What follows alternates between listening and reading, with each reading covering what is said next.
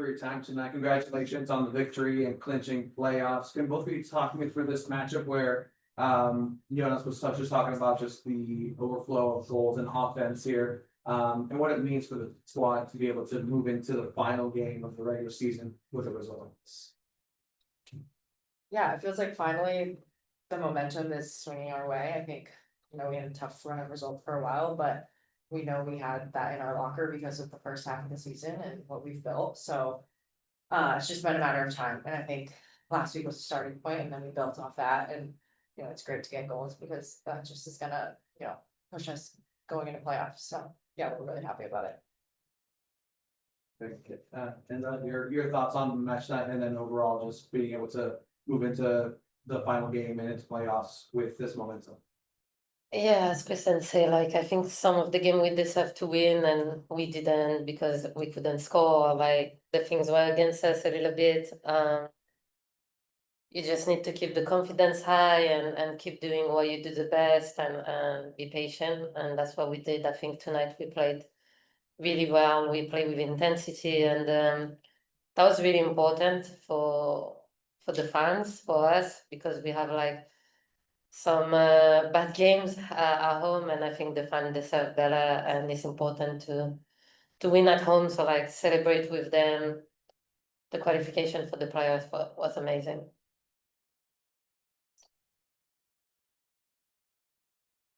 I'm seeing better. Kristen, you've been here since the beginning and making playoffs out of the last 4 years. What does it mean to be a part of this club and also making the playoffs?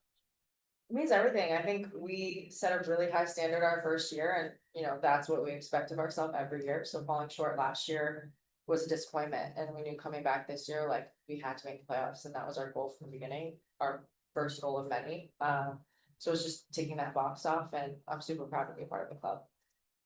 What's the next goal now for the club? How do you get first? Highest seed we can get, and then winning.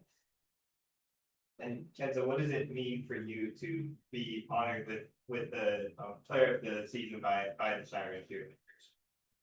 Yeah, as I always say, I'm not really chasing the individual things, but this one means a lot because it's coming from my people, the fans that are here every single game making noise, and yeah, it's huge for me. It means a lot more than anything else, because they're part of this team, they're part of us, and they're really, really important. So yeah, it means a lot.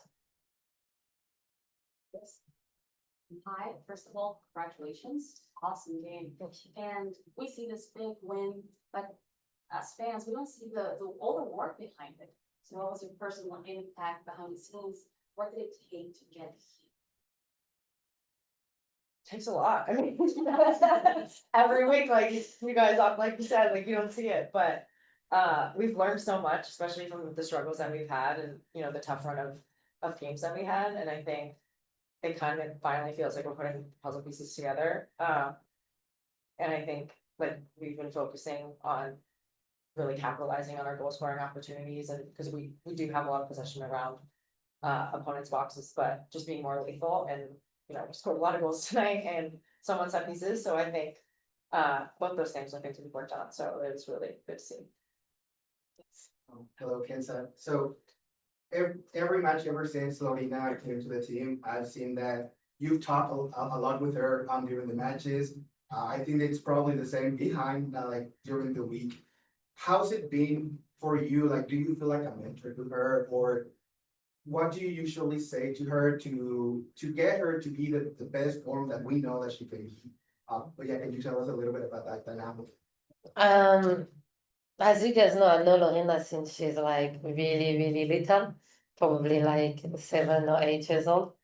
And as I say, everyone knows the story. When I was at PSG, she used to stay after the training to have picture and stuff. So I kind of have a lot of affection for Lorena and her family. And having her here is first of all really important for the team because I think she's a great player and she's really young and she's gonna be amazing. And yeah, I feel a little bit like responsible for she's now in national team. I try to push her to like having goals, big goals, and the adaptation here is really not easy. It's something that takes a lot of work, takes a lot of time, takes a lot of video. You need to build connections, especially in like a position like her, that SanDiego is like going through a lot with the midfield. So in terms of positioning, of a lot of things that she's discovering, and I'm ahead of her because I was there before her, and I think like if we can win time, and she's someone that really listen. Every information that I give her, she's like doing it, so like encourage me to like keep pushing her. And I think tonight she had an amazing game, and I'm really not surprised because she's been putting the hard work since she's there. So yeah. Any last questions? See if Fernando, do you have any on Zoom? I do. Just one quick question for both of you. Just what have you guys seen the work that Dudinha's put in? She has 4 goals in the last 4 games. Just what has she kind of meant? What has her addition meant for this squad? I think she's proven what she can do. And I think sometimes it takes players a little bit of an adjustment period, to adapt to this league, but clearly not her. And she's like a little cheat code for us, and it's just really fun to watch her play. She's super dangerous, and we love having her here. Cool. Was that your last one, Fernando? Oh, I just wanted to get Kenza's thoughts also as one of the also a leader of this team on Dudinha. Yeah, I think Dudinha is an amazing player already, and she's like kind of like the player that love the 1v1, love that all the time, create something. When she's got the ball, like you can see her first intention is always to create something, to go forward, to be a danger, and she's just playing without any fears, and she's been a great addition for us, really important one. Thank you so much. Cool. Thank you guys so much. Thank you. Who wants to kick it off? Tony? I think you're done, Jonas. Can you go ahead and take me through tonight, tactically, and what ended up working, and what's been now after 2 weeks kind of falling into place for your squad? Yeah, I think we was definitely one of our better performances so far this year, especially at Snapdragon. I think what I liked with the performance and some of the strengths that we have had, both in the game against Utah and now here, is being like how we can combine having good balance in our attack so we don't get countered on, but still being able to put real attacking threats up front. And I think it really gives us that when we can play with 2 wide forwards like Delphine Casparino and Dudinha, because we get 2 really good 1v1 players that can operate both wide. They can go around to take crosses, they can go inside to shoot. It gives us a lot of variety. And while we've sometimes either been stuck on the right side or been only able to do certain things on one side, I think it gives us a lot more variety in the way that we can attack, and I think that looks really good. I think we, as a team, pressed really well today. We forced a lot of turnovers for Chicago. That's not only 1 or 2 players, that's the whole team. And I think we showed good patience and quality in our build-up, where we could be calm, they could end up chasing the ball, and from there on, when we find a free player, we really changed gears and had some fast attacks. So all in all, an important game for us.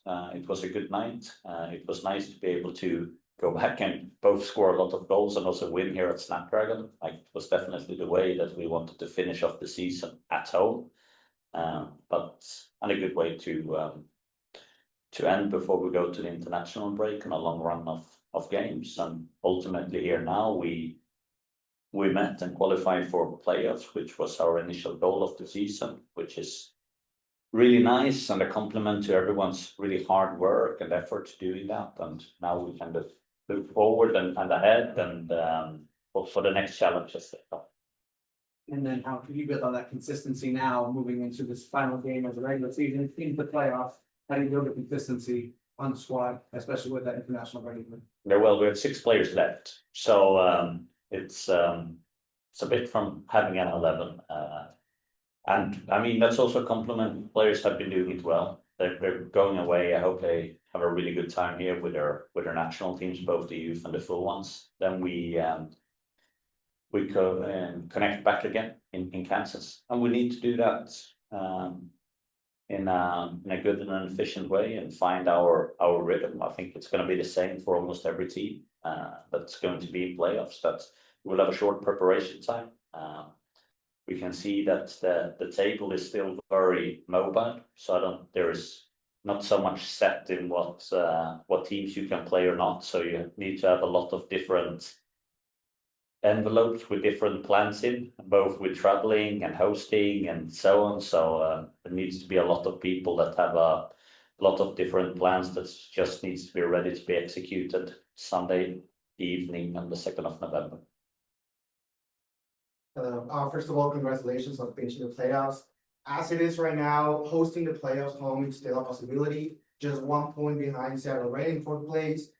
How is the team feeling internally? Do they still believe that they can host the playoffs? I think it's a very ambitious team, but we said before, we take one game at a time. It's no doubt we're going to one of the more difficult places that you can go in the world to play soccer. We're going away against Kansas, who has been phenomenal so far this season. How they ended up losing today, I haven't seen that game, but I don't think that's a team that would like to lose 2 games in a row going into playoffs. So they're probably going to be really, really motivated for that game as well. So are we. So we just need to focus on that game, putting our best foot forward, doing everything we can, and then hopefully we end up as high as possible in the table. But I look a lot when I try to compare, I look at the number of points, and I think that's what you need to sort of, I think, judge the team performance on. I think you need to see how many points the team took last season, how many points the team has taken this season, and I think it's a quite good growth. It's probably one of the teams that has been developing the most in the league. If you look at the amount of the points difference between 2024 to 2025, and that being in a year where we done a lot of change, both staffing wise, but also player wise, and losing some key players at the beginning of the season, I think it's a real testament to the club, to the owners, to the management, but also to player staff with what they've been able to achieve. Good night. Do you think something different like today for the team to be able to score that many goals that haven't been happening in the recent games right here? And is the team feel ready for what's going on the next games going against the leaders and feeling the new decision on playoffs? I feel like I've been sitting here on a number of press conferences and speaking about margins and details, and we're almost there, and sort of, I'd be like, soon we probably need to show that those margins and details are improving. Otherwise, these guys are gonna be like, what's he talking about? Like, are we seeing the same thing? So hopefully today you could see that there are margins and details, and today we were on the right side of those, and then it can look like this, which is, I think, just really good for the self-confidence and the belief in what we're trying to do, to sort of get a lot of confirmation on the way that we do things, that if we are executing that right, it's very positive. Like I said before, I think we can be happy today. Now the players go off from international break, and that we have time to analyze Kansas and find a plan of how we're going to attack that game when we do that in 2 weeks' time. So yeah, I'm not there in the mind, but. And do you feel the high standard was displayed today, and you think it will reflect on the things? Like I said, I think it was a lot of confirmation and self-confidence that we can be drawn upon. But this league, you have to stay humble. You have to keep doing the basics. Was really nice tonight, but let's not get carried away. Let's stay with our feet on the ground. So far, we have achieved to go to the playoffs. That's great, but now it's about making the most out of that opportunity, and that's what we need everyone's commitment and buy-in to. Thank you. Abraham? It's not often in professional soccer that you see 6 goals in a game. Have you experienced that in your career as a coach? And did you have a goal that you thought was the most emblematic of how you like the way offense to be? Yeah, I've scored.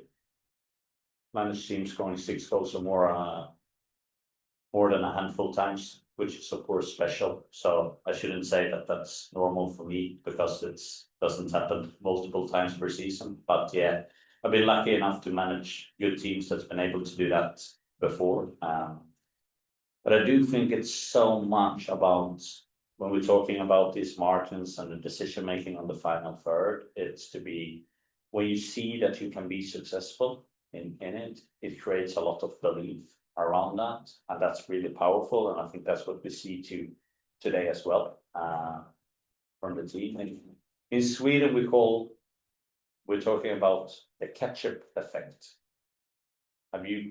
Is that an American thing? No, so it's the old school ketchup, the Heinz bottles, the ones where you had to turn around and you had to do. And what usually ended up happening there was that nothing came right, and then the whole bottle came out on the pasta. That's the ketchup effect. So that's what's happening today with the goals. We've been hammering on that bottle for a couple of games, and now it's released. So now you guys learned something new as well. Yeah. You have any last yes. During the week, you talked about how Dudinha's incorporating into the playing style. She scores again tonight. Can you just talk about her performance overall? Yeah, I think it was really strong. I think you can see both defending and attacking wise, she's growing. She's getting more confidence. She can showcase more of her abilities. It results in goals. It results in assists. I think huge credit to the translator Tabata that's been working with us. I mean, I think she's doing an absolute phenomenal job in order to try and work as a bridge between us, the coaching staff, the players, and Dudinia. Yeah, great. And I mean, she's been very coachable, but it's not easy coming into a new country, new culture, being a young player, first time you go abroad. So to see that it takes a little bit of time, I think it's normal. But I think I'm very impressed with the level that she's playing on already. So we just check Zoom. Fernando, do you have any last questions online?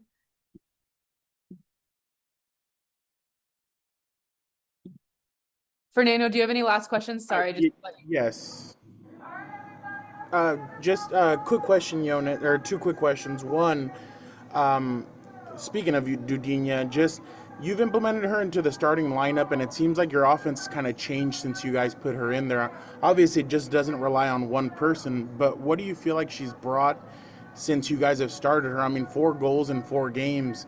And are you even a little surprised by the way she's quickly adapted to the game and the big impact that she's making? Yes and no. Like I said, I think it's a big change to come from the Brazilian league to being able to showcase what we signed her for. It's never a given that you can do that as quick as she has been able to do. So that's very impressive. I think what's clear with Dudinia when we signed her was that she was a really important piece of the puzzle for us to sort of elevate our formation and system and game model to the version 2.0. And being able to balance a little bit different with our fullbacks and our wide forwards. And that was really important, finding the right player with the right characteristics and abilities to be able to do that. So therefore, I'm not that surprised with how that she's successful in that, because we had a role that was very much designed for her capabilities, because that was what we were looking for when we were looking for a player in that position. And then last one for me, what do you guys have to do so that the ketchup bottle doesn't get jammed again when you guys come back from the international break? Yeah, keep it fresh, right? It's nothing worse with a ketchup bottle that gets dry. It's not tasty, and it might get stuck in the bottle as well. So yeah, we need to keep on moving. Thank you, Jonas. I appreciate it.